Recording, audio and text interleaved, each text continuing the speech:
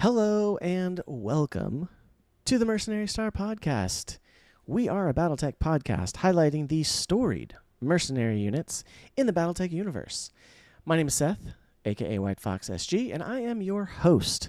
And today we have a very special guest, the first returning guest. We have Derek from On the Origins of BattleMechs. And what else are you from, Derek? There's like 700 million podcasts that you're on now.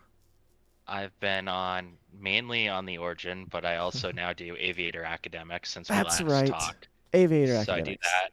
And then I've probably been on, I've been on a bunch of different podcasts that I somehow end up on.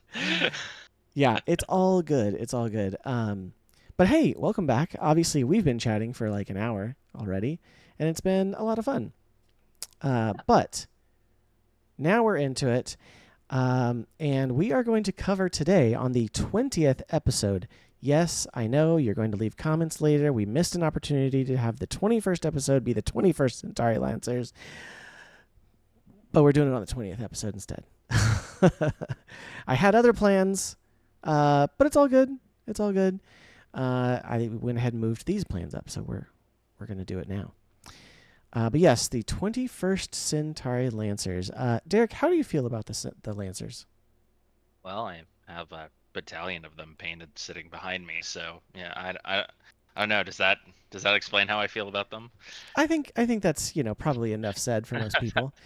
If you are watching on the YouTube, unfortunately, Derek is cameraless today because he's he moved within the last year and his setup's different, so. We just get to listen to his sweet, sweet voice. So, I have a face for radio. Let's just go with that. no. Yeah, Derek moved away. He's no longer near me in the same state. He was in Oklahoma, but he is now in the far wintry lands of Minnesota. I mean, it's a big state. I'm not going to tell you where. So it was wintry. Now it's like 60 degrees out today. It's fantastic today. It's fantastic today. I'm enjoying it as well. It was literally negative like out last week, and now we're like I was out in shorts and a t-shirt today. What's funny is that it was that way in Oklahoma too. Last week we were in the like -8, -12 range. Not what you guys had, I'm sure, but man. Actually, I think we might have been slightly warmer than you. Oh, nice, of course. Well, yeah, because all that stuff came from Colorado and went across the south. It was really weird. Yeah. It was really weird. But hey, let's talk about the 21st Centauri Lancers, because that's what the people are here for. But real quick, before we talk about them, I have to mention our fabulous show sponsor. You saw the ad spot at the beginning, Fortress Miniatures and Games. They are amazing and a wonderful place to get your BattleTech and other gaming needs. If you don't have a friendly local game store, definitely support your local game shop if you have one. But for all other needs, check out Fortress Miniatures and Games. That's fortressminiaturesandgames.com. And we'll have a slide for them at the end as well as a link in the show notes. But on top of that, today is a very special day because as of this recording, on this day, which this is going to go live later today, because let's be honest, I try not to edit. In the BattleTech podcast sphere, our friends over at Bungletech are launching the Global Campaign Initiative, and myself, along with some with the people from the guys from Bungletech and a couple of the guys from the Mech Bay podcast, have been working, as well as a few others, have been working to get this Global Campaign Initiative together, and it's essentially going to be a cross between an RPG campaign and a chaos campaign, or kind of on the table. We're putting it out with rules for both Classic and Alpha Strike. We're going to track progress by everyone who joins and let you, the players and listeners, bring in the decide what happens throughout the campaign. It's going to be set on Galatea, during at the beginning of the FedCom Civil War. So, real fun time in the BattleTech universe. So yeah, I fully expect lots of participation from all of you. So because at the end of the day, what it is you get to go create a mercenary unit using either the rules from the Mercenary box set or from Hotspot's Hinterlands, and create that mercenary unit and start running it through a campaign. And so we're gonna do that. I've been part of the lore team, and we've been having fun getting stuff ready for that. So I will mention it again at the end of the episode, and we'll have a fun. I'm actually gonna show off the a little bit of the document at the end too. So, but right now we're getting into today's subject, the 21st Centauri Lancers. And if you are listening to the podcast and you want to see all the cool things that we're going to show off, go check out the live video, not live video, the video on either YouTube or on Spotify, because they have video podcasts on Spotify, so it'll be there as well. So let's dive into it, shall we? All right.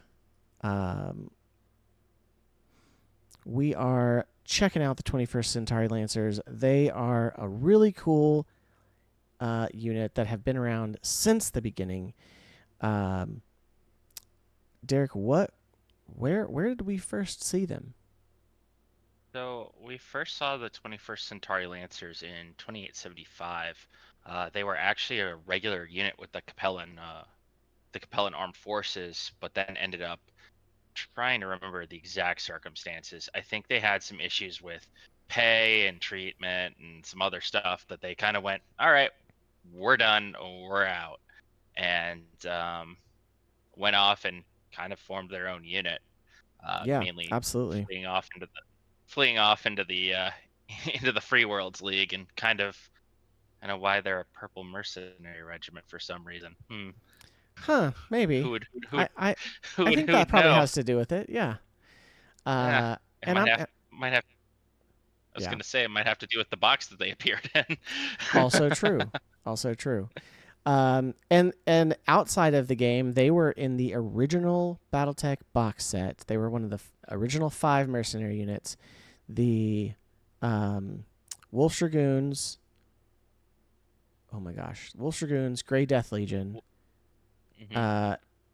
Lyndon's company. Lyndon's Company, the 21st Centauri Lancers, and then Hansen's Rough Riders.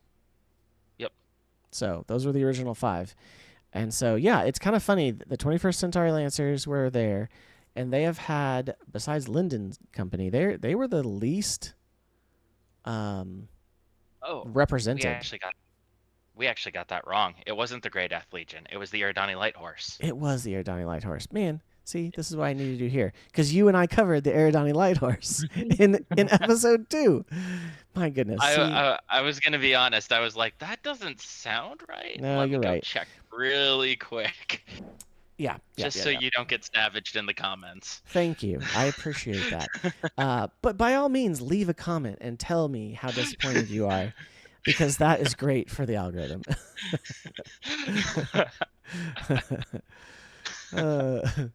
So yeah, but yeah, they were one of the original 5 in the box set, and so the fact that they've been there since the beginning of BattleTech, I do love that they. Why is it so many come, like, oh, they were part of the Capellan Confederation, and then they didn't like the Capellan Confederation. It might speak to serving in the Capellan Armed Forces. That's probably fair.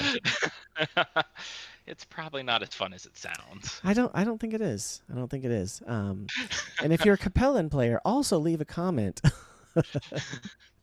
Tell me why that's wrong. But yeah, they were there. They were founded in 2875.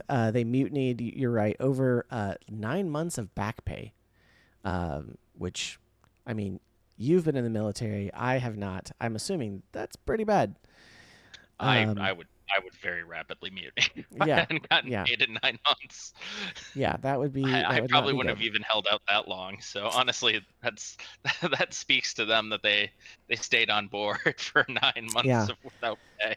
but they totally seized drop ships and a jump ship from their regiment and just peace out to the Merrick space, and then it took them 200 years. But then I guess for those 200 years they were just in Merrick space, um, Yeah. because it wasn't. We don't really catch up with them until about 3025, when they worked for the Loyalists during the Anton Merrick revolution or revolt. Um, so they worked for the Loyalists, which obviously they won. Yep. They defeated Anton Merrick, which is funny because they fought for the Loyalists, but they didn't fight against the Wolf Dragoons, who were fighting for Anton Merrick. That almost seems like they kind of bounce. They were literally hitting like they were Yeah, literally fighting around each other. They never actually they came had into to be. contact. They had to be. So Um, and then they continued to fight for House Merrick until 3057, when we catch up with them in the most recent fiction, which, again, if you're looking at the screen, I got it pulled up here. We did not get any fiction for them, like dedicated fiction, until the new round of Shrapnel magazines, which is a shame because they sound like a fantastic unit. But all good things in Shrapnel number 4, and then This Too Shall Pass in Shrapnel number 10. Those came out in 2021 and 2022 respectively, and both were by James Lee. And yeah, also, if you're looking at the screen, you'll notice that the title was totally not changed. I'm doing it live, so you can shout at me for my professionalism. Again, leave a comment. I'm just going to say that every time. so while you're doing that in Yeah. 3057, they took part in Operation Guerrero. Yeah, Guerrero. Yes. Yes. Um, I have pronounced that wrong so many times. That's Uh, fine. so they took part in Operation Guerrero, where they would help liberate some of the former League worlds captured by the FedCom, and then later were actually sent to assist Capellan forces, which, again, their the history of the regiment does not speak well to working well with Capellans. It was the one Yes. house they never worked for. Who was it that they worked alongside? They worked alongside McCarran's armored cavalry, Mm-hmm. and they had a very bad time. Uh, the Yes, they Big did. Mac, the Big Mac, kind of left them out to dry during the entire campaign. So Lancer aerospace forces were used to hit some bases of the Kestrel Grenadiers who were defending the planet, which in turn, the joint commander of the operation, Marcus Baxter, didn't send any aerospace assets to defend the Lancer dropships, so they were heavily damaged. Later on, during the assault on New Canton's capital, the Lancers took heavy casualties from FedCom artillery because the Big Mac was, advancing very slowly, and said they were heavily Super slowly. engaged. In fact, So I slowly. just read that story again, and they were like, "Yeah, we had trouble with sand," and Yeah. the commander of the Lancers was like, "Sand? Seriously?" They're like, "No, don't even give me that excuse." Yep. It And was then pretty bad. as after the Lancers retreated, Baxter, Colonel Marcus Baxter, commanding the Big Mac on planet, blamed Evelyn Haskell of the attack's failure. And then basically the next day, they were sent out again to attack the Grenadiers' positions and suffered heavy casualties because the Big Mac decided to, advance very slowly. So Mm-hmm. basically, being tired of all this, Evelyn basically tells Baxter, "You're full of it, and we don't want to be here anymore." And later, even Yeah. though he tried to say that he wasn't punishing them for abandoning the common or the Confederation, almost Oh two, yeah. you know, She called him out again. Rereading the stories recently, she totally calls him out in like open comms and says, yeah. "Hey, guess what? I know what's going on." And it's basically Sun Tzu trying to get back at us. You suck. Uh, and And then you have more or less, yeah, yeah, and then calls a command word. They all basically leave. Calls the other commander of the grenadiers and says, "Hey, guess what? We're not hostile anymore. We're not going to fight you. Go take care of them over there because they're going to go attack your dropships." And yeah, so, yeah, and then she immediately takes her mech to because they're in Merrick space, the Word of Blake HPG compound, and sends a message to Outreach that they are for hire, and also send a message to Thomas Merrick because apparently they were on a month by month contract, and so they're like, "Hey, we're gonna go ahead and opt out at this point." yeah, we're done now. Yeah. This is our last month. So then on November 30th of 3057, they signed a new contract with Comstar to garrison Terra. To And garrison nothing goes Terra. wrong with this, right? Nothing Nothing. terrible goes wrong. Nothing could ever happen with Oh this. no. Yeah. So that was the first story in Shrapnel number 4, and then Shrapnel number 10. We get to see them again, and they're like, "Yeah, we're on our way. We're gonna go get our dependents from our home planet in Merrick because they've been in Merrick space for like 200 years, so they've got a home planet by this point." And when they show up, they get a little phone call from planet side, from Word of Blake, those pesky devils, who say who basically say, "Oh, yeah, we took all your dependents to another planet and are holding them hostage. So we're going to need you to sit tight on this world and not have any contact with the outside world for 3 months." And so, yeah, so they do, because they're basically like, "Yeah, we're not going to do what the Wolf Dragoons did, and we're going to try to get we don't want to like get our dependents killed." So they sit tight, and after a couple of months, the presenter in charge basically says, "All right, we're leaving. We're going to do stuff. You have this much time to go get your dependents, or they're going to be killed. And then once you get your dependents, then the ban on your HPG messages going out will be lifted." Basically, they were interdicted by not Comstars, because World of Blake had taken over all the HPGs in Merrick space. But so once they get their dependents, they find out a nasty surprise. Yeah, that they had been that Word of Blake had used them as a cover for invading Terra, and they got blamed for it. So Yeah. Not yeah, just invading, but like trying to assassinate people on Terra. yeah, they got blamed for a lot of heinous stuff. And then luckily they show up and on outreach and are able to have a hearing that clears their name.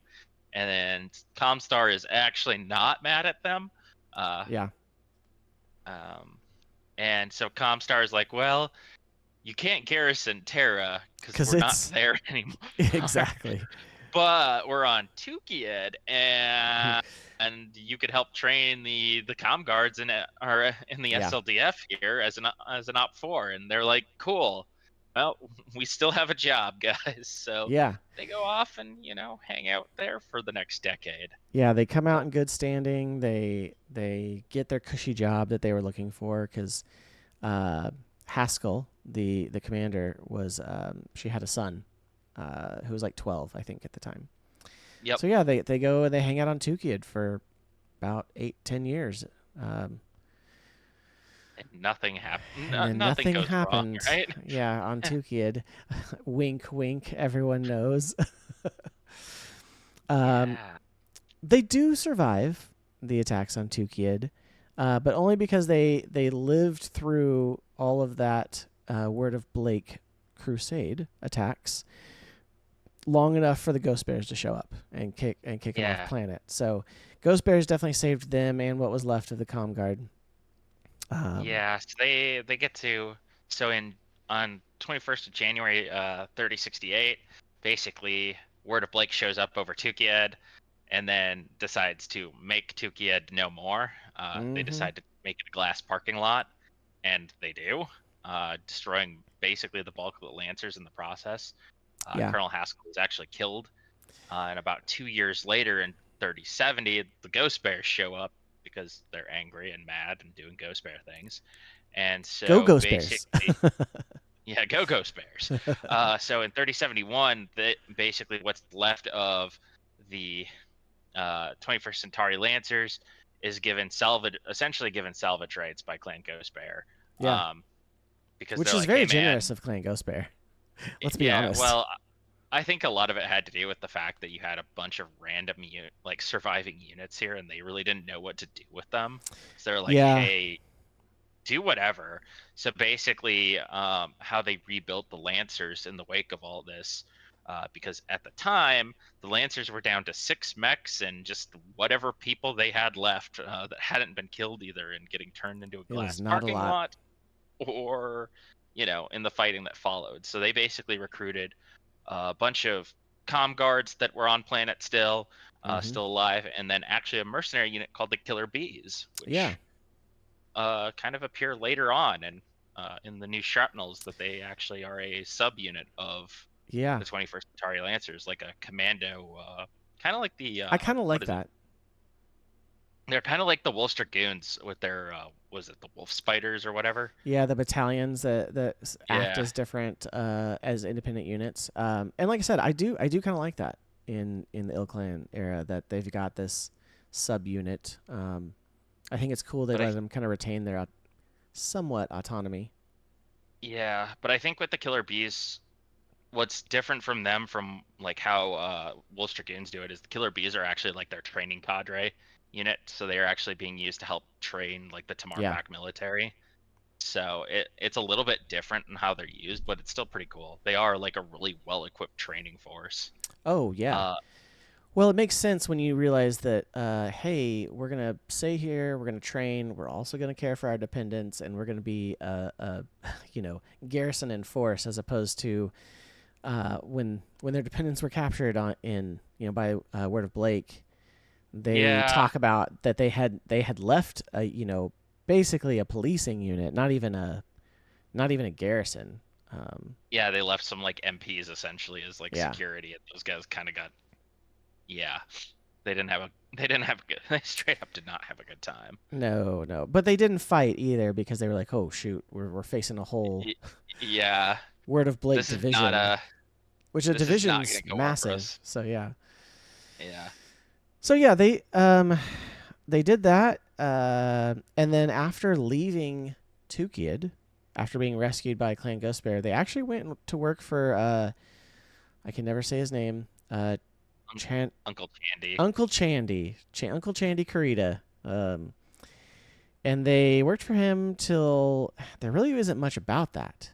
Maybe it's in one of the 3085 error report because that is one of Uh, the I think things. 3085, it basically says that they're like, it's assumed that they finished their contract in and around that time because Yeah. by that point it mentions they're out on Robinson, Mm-hmm. The uh, Duke. working for the Duke. Yeah, helping do like basically helping rebuild the Draconis March. Yes. Yes. So very uneventful time with Uncle Chandy, which is not bad. That's kind of what they wanted, I'm sure. Um, yeah, 3085. Then they went to work for Duke of Robinson, and then it kind of time jumps along with everyone else in the lore to 3130 when they are working for the Lyran Commonwealth. The Um, the 50-year time skip. the 50-year time skip.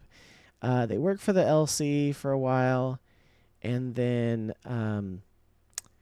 are kind of mentioned, but then really in showing up back up in the ilClan, they sign on with the Tamar Pact in the ilClan era, and so that's where they are currently in the timeline.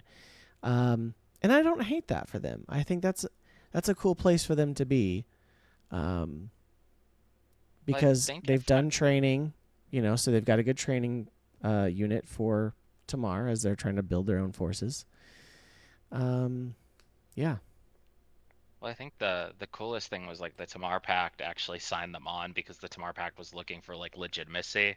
They're like, if Yeah. we can sign, one of the big legendary mercenary units, it makes us look fairly legitimate as a government. Oh yeah. And from, I think if I remember right, from the Lancers' perspective, they were pretty unhappy with how they were treated by the Commonwealth, Well, the where they Commonwealth's were not kind treating anybody with, like their own military included.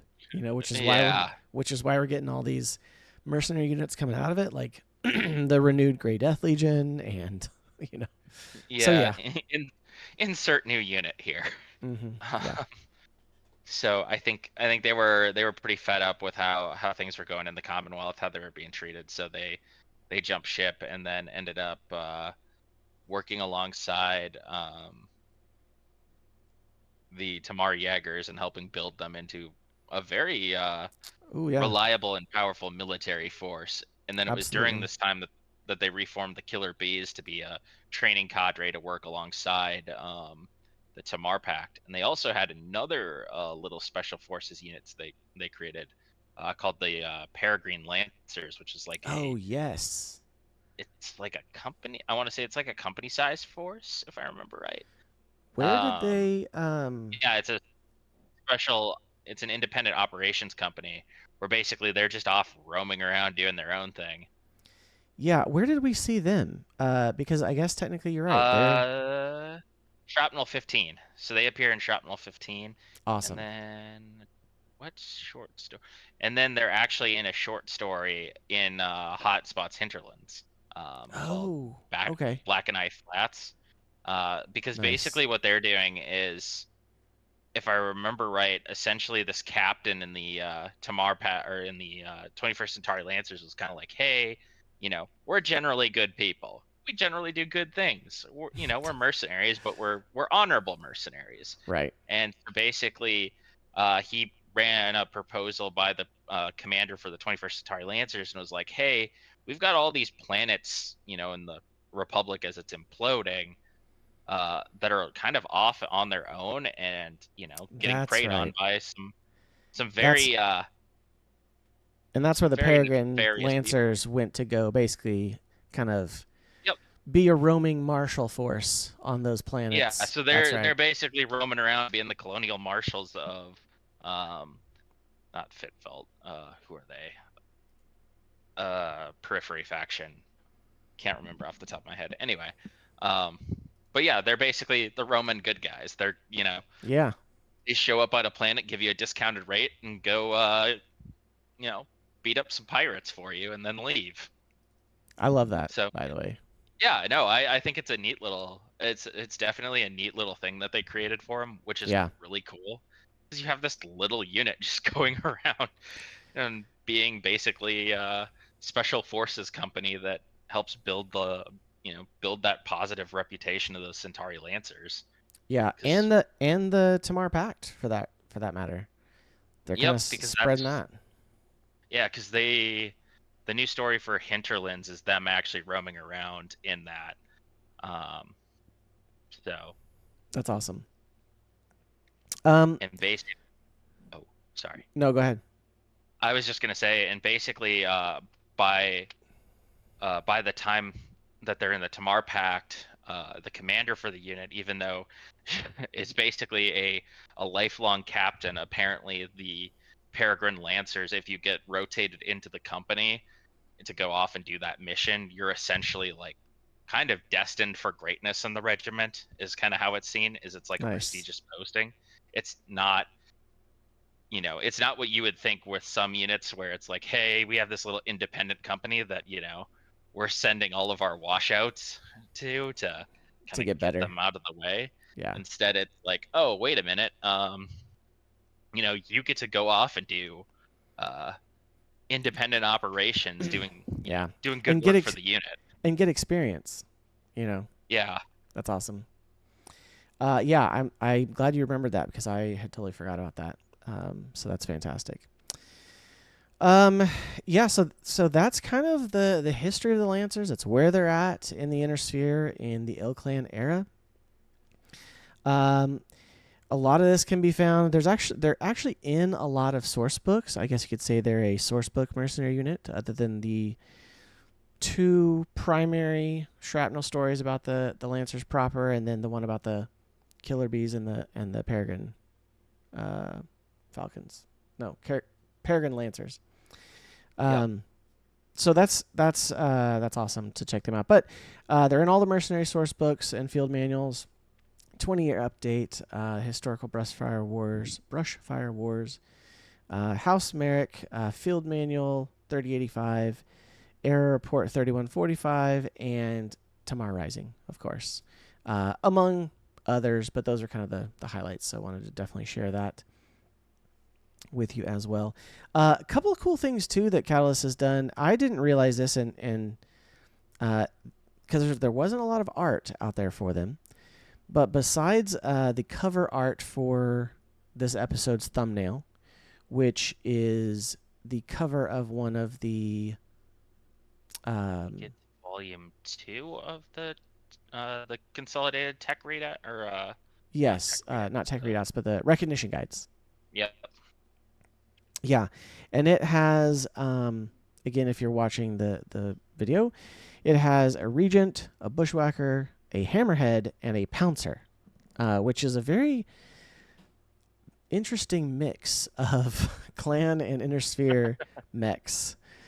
But I love that mix. I think it's a cool mix. That I said earlier in our discussions that could almost be a force pack for the 21st Centauri Lancers, but I think we decided against it because we do have many of those mechs in other force packs. And we'll get to that force packs in a second. But again, if you're watching it, there was this really cool image that was the cover of campaign operations. Yep. Campaign ops. Yeah, campaign ops, and I didn't realize because it's not it's not colored. It's just a really subtle logo on the patches on the two infantry troopers. But they're 21st Centauri Lancer infantry troopers shooting like an SRM at like an archer, like a Capellan archer. So beautiful picture. I love that picture where there's like drop ships taking off in the background. Yeah, it's very cool.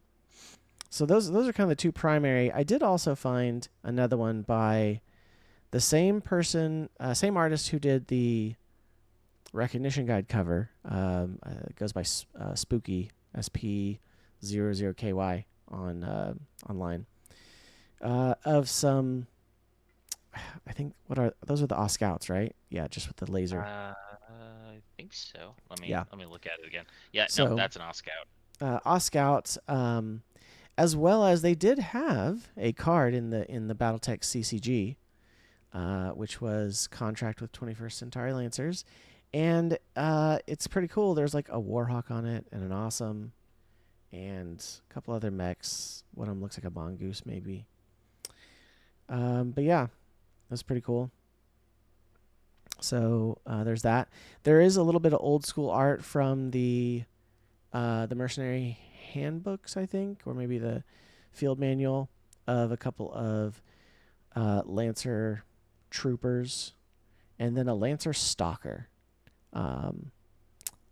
which is like the super old school art, which is pretty fantastic.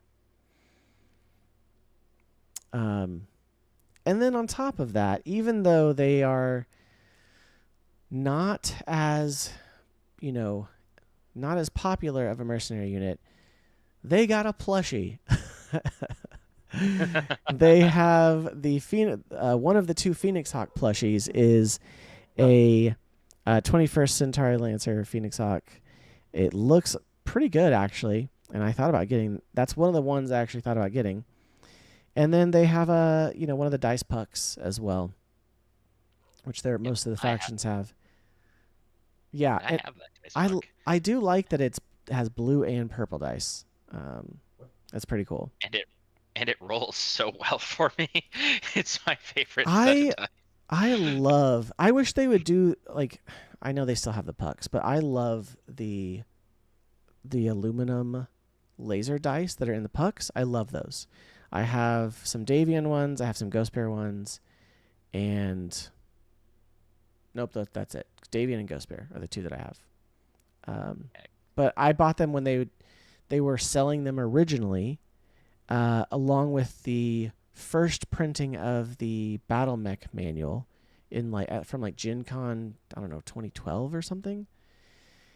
And they were just selling them in pairs, which they don't do anymore. So I don't have a puck. I just have a pair of each. But yeah, that's pretty awesome. But yeah, let's talk about force packs, shall we? There is not a 21st Yeah. Centauri force pack, but what is Derek's ideal force pack for the 21st Uh, Centauri Lancers? okay. So we did have you and I did kind of discuss this a little bit too because we were going back and forth on a couple of ideas. Yeah, So the original art that I believe I'm trying to actually find where it comes from. Uh, huh. the The Stalker. original Stalker, yeah, that old Stalker. So that had to get, I had to put it in the pack. We went with a repo Stalker on there. Um, so you have that because traditional, that's the oldest, some of the oldest art you have for the Centauri Lancers. So you might as well Yeah, have a Stalker in there. You got to have it. I like it. I tried I to like pick, it. I tried to pick things that actually associated with it for the most part. There is one that is a little bit more questionable, but it's fine. We'll get there. So next up for the variant, I had the Battlemaster. So that is Evelyn Haskell's Battlemaster. I figured why not, since she is basically the prominent character in the only two short stories about Yeah, the actual regiment. and So she has a royal variant, correct? I believe so. Because she does mention it's a Star League era battlemaster in one of the two books. I Yeah, don't the know that it, Star League. Yep, Star League era BLR 1GB. So I think it is a royal. which has two PPCs, I think, instead of Yeah, just one. I gotta look because yeah, it's a royal. It has endo steel. It has a pair of ERPPCs, one in each arm, and then a large pulse laser in the center torso. So Um, good, and all the oh, medium it's lasers. yep, and all the medium lasers are retained. So it is one nasty customer. Yeah, Um, so have so that is your variant right there. So we're getting a royal battlemaster. I love that For the actually. jumping, I mean, I'm down with a Royal Battlemaster. More Battlemasters. Agreed. So the jumping mech. So we did have a discussion on this one, and the reason we went with the grasshopper. Why is that? Is because they actually the Centauri Lancers, for whatever reason, had an unusual number of Yeah, grasshoppers in the regiment. So every company in this regiment legitimately had at least one, probably more. So it makes sense to go with the grasshopper. Plus, we don't have a jumping variant grasshopper, so it's true. I think that'd be cool. And then finally for the new, so this is where Derek gets to wish list a new plastic mini. So I went with the Hellhound 2. Many of you will know it from Mech Assault, or not Mech Assault, Mech Warrior 4 Mercenaries. It's the Hellcat in this, Yes, but they changed the name to Hellhound. So it's that a mech, I would love great to looking see it. mech. It's a It's great a really looking mech. cool mech. It's a Um, really cool looking mech. And then in on top fact, of that, the fact that it's got some nostalgia attached to it for me because I remember playing Mech Warrior 4 with my cousin, and that was what we rolled around in through much of the game. yeah. In So, fact, I'm gonna if you're watching the video, I'll add the oh, the Hellcat. art. Yeah, I'll add it to the presentation there, so it's there now. Ooh, nice. Which it's a new artwork and new sculpt, so it looks amazing. Yeah, they did a Um, really good job on the artwork. Yeah, yeah, I would totally do that. It's a 50-tonner. Um, what does it have as its payload? Okay, so the primary variant, there is an experimental, but we'll go with the main. It has a one LBX-10, two ER large lasers, and an SRM-6. So it's a fairly nasty customer, and this is all clan. Yeah, it's really nice. But it's also available to mercenaries in current era, correct? Yep. Which is why Derek's like, let's add it. Yeah.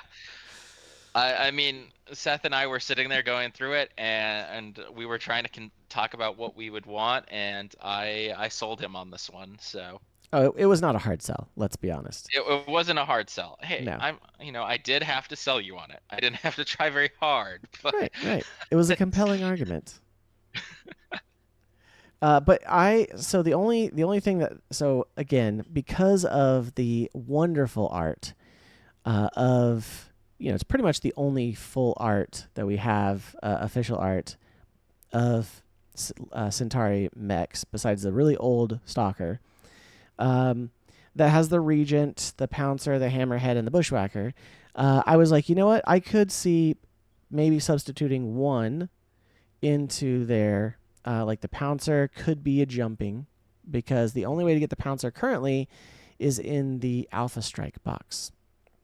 And so having it being another place to get that, I guess you could also get it in a blind box, like in a salvage box, but that's very I unlikely. don't I don't think so. Can you not, I or don't can you think not? Maybe you can't. I don't know. I don't think those are in the any of the salvage boxes. So actually, scratch it.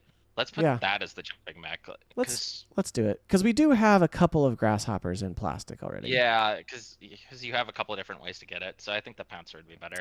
Um, the other two I had as potential either variant or reposes were just from that picture, the Hammerhead or the Regent. Apparently, we're getting another Hammerhead in the third Star League pack, I think it's the fourth Star League pack, fourth the Star final League one. pack. Okay, so getting it in that. So I'm less inclined. Plus, you can get it in as a premium plastic, and then the Regent, which is in just the Gray Death, I think. Yep, but there's also like two metal variants of it.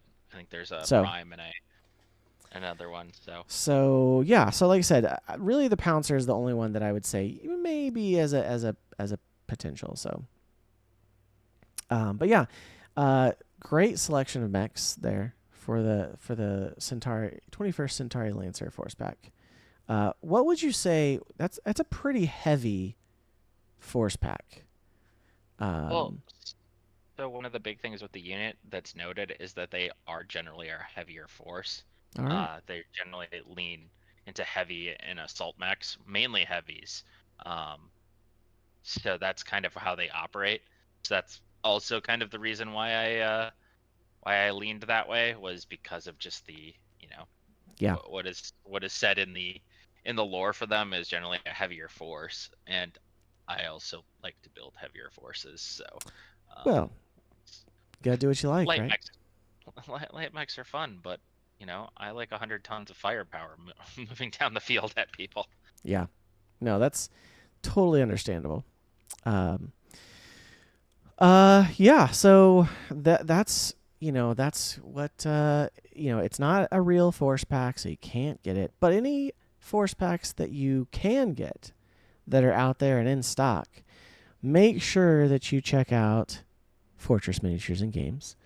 They are the fantastic show sponsor. Also, they are on today's shirt that I'm wearing on the video podcast, so check that out. Um, it just so happened it was in my color blue so I needed to get it.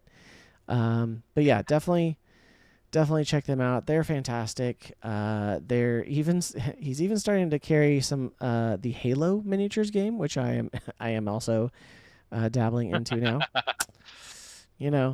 Halo, love it. Um, so like I said, he's got everything. It's pretty awesome. But definitely check them out. Like I said, there'll be links in the show notes for that as well. Derek, what about you? Where can people find you? Well, easiest place to find me is over on the Origins of BattleMechs. I am there basically every episode, and then of course the podcast I'm currently running with Jesty from I want to say Coolant Podcast. Yes, from the Yeah, Coolant that's Pod. that's yep. Uh, he and I are doing a series right now. We've been a little bit on hiatus. I apologize. I'm sorry. Been busy with life, moving, and everything. But we've been doing a series of going through basically all of the aerospace assets, all the way through the timeline. So right now we're working our way through that.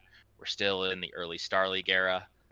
Been having a lot of fun doing basically a similar show to Armor Up and On the Origins, just doing it with spaceships because who Nice. doesn't love spaceships? Who So, doesn't love spaceships? I mean, really. I mean, it's kind of a key part. It's a key part of the universe. It is. It really is.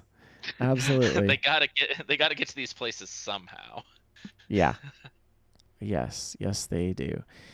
Um, but yeah, so uh, you know, definitely go check out those podcasts.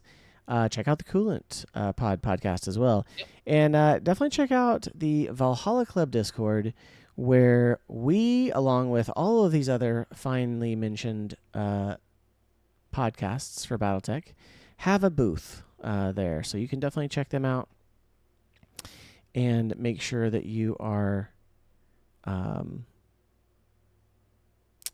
you know, join the discussion there. So we have a lot of things going on. Now, before we sign off, I do want to show the show off a little bit of the operations manual for the global campaign that we are launching with BungleTech and Mech Bay podcast and a couple other wonderful contributors. Just going to show it off a little bit. We are launching the operations manual today, which is February 27th, 2025. And then March 27th is when we'll release the first mission. And so we'll have 9 missions that go to the end of the year. And we will have a fun story that follows not only the characters that we have created, but the mercenary units that players create and the outcomes from their battles. So again, if you're interested, make sure you sign up. Like Nathan even recorded some really cool audio, like an audio little story to start off the campaign. So it's really cool. But yeah, so it's gonna be, like I said, it's gonna be available there. You can. I imagine that it's also posted on the Valhalla Club Discord as well. But yeah, so there's a few custom rules and stuff, and then we suggest for Classic having the BattleMech manual and the Mercenaries box set, and for Alpha Strike having the Alpha Strike Commanders Edition and Hotspot Hinterlands. But obviously, if you have more than that, as most BattleTech players do, feel free to use any and everything that you would like to do. So there's rules for setting up your forces and all that good stuff as well. Well, Derek, thank you for being willing to come on here and talk about the 21st Centauri Lancers. It was a lot of fun. I appreciate it, and it's always fun to chat BattleTech with you, good sir. But yeah, I think that is it, unless you had anything else. No, I was just gonna say thanks for inviting me. It's a lot of fun to come talk about one of my favorite units. So Absolutely. Absolutely. Well, I think that'll do it. So, everyone listening to the podcast, thank you so much.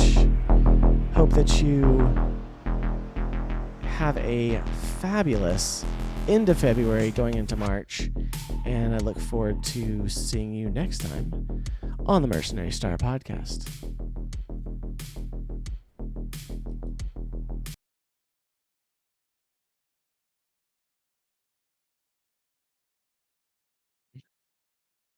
Okay, I was just wait until you said something. So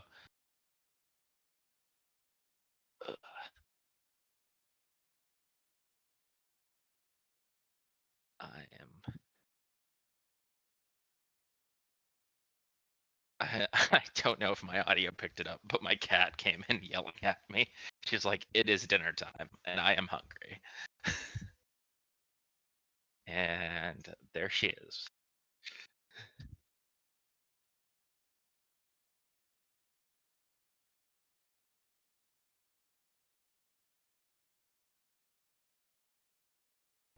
Well, Look, you got to hear about no. Derek's cat because I'm a professional and I'm not going to edit this out. So enjoy that little tidbit. Well, I mean, now it's an Easter egg for It people, is an so Easter egg. if you can find it. Awesome. All right. Now we'll actually see you later.